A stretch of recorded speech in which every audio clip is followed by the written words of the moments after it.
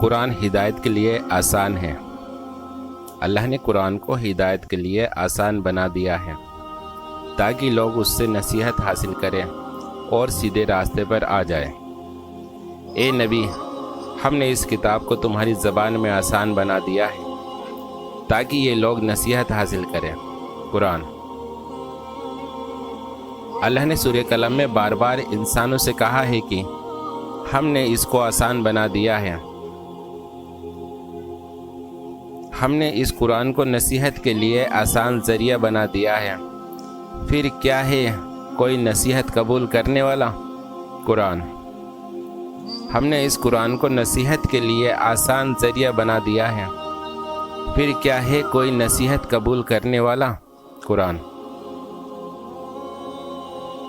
ہم نے اس قرآن کو نصیحت کے لیے آسان ذریعہ بنا دیا ہے، اب ہے کوئی نصیحت قبول کرنے والا؟ قرآن۔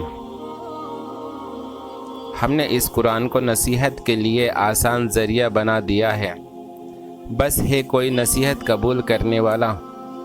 قرآن۔ قرآن کے آسان ہونے پر ایک غلط فہمی۔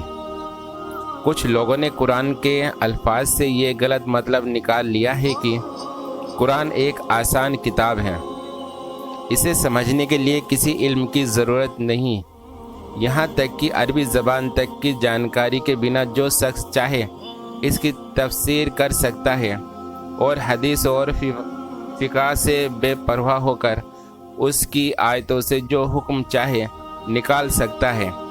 حالانکہ جس موقع محل میں یہ الفاظ آئے ہیں اس کو نگاہ میں رکھ کر دیکھا جائے تو معلوم ہوتا ہے کہ یہ کہنے کا مقصد لوگوں کو یہ سمجھانا ہے کہ نصیحت کا ایک ذریعہ تو ہے بے عبرتناک عذاب جو شرکس قوموں پر آئے، اور دوسرا ذریعہ ہے یہ کہ قرآن جو دلیل اور نصیحت اور تقلیم سے تم کو سیدھا راستہ بتا رہا ہے، اس ذریعے کے مقابلے میں نصیحت کا یہ ذریعہ زیادہ آسان ہے، پھر کیوں تم اس سے فائدہ نہیں اٹھاتے اور عذاب ہی دیکھنے پر ضد کیے جاتے ہو؟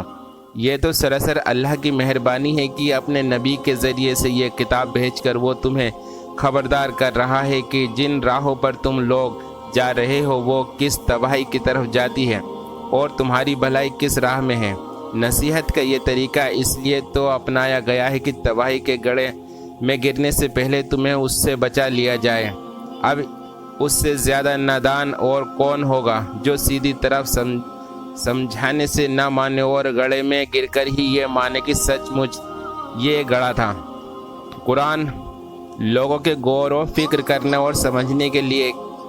کیا ان لوگوں نے قرآن پر غور نہیں کیا یا دلوں پر ان کے تالے لگے ہوئے ہیں؟ قرآن۔ یعنی یا تو یہ لوگ قرآن مجید پر غور نہیں کرتے یا غور کرنے کی کوشش تو کرتے ہیں مگر اس کی تعلیمات اور اس کے معنی اور مطلب ان کے دلوں میں اترتے نہیں ہیں، کیونکہ ان کے دلوں پر تالے چڑھے ہوئے ہیں، اور یہ جو فرمائے کہ دلوں پر ان کے تالے جڑے ہوئے ہیں تو اس کا مطلب یہ ہے کہ ان پر وہ تالے چڑھے ہوئے ہیں جو ایسے حق نہ پہچاننے والے دلوں کے لیے خاص ہے۔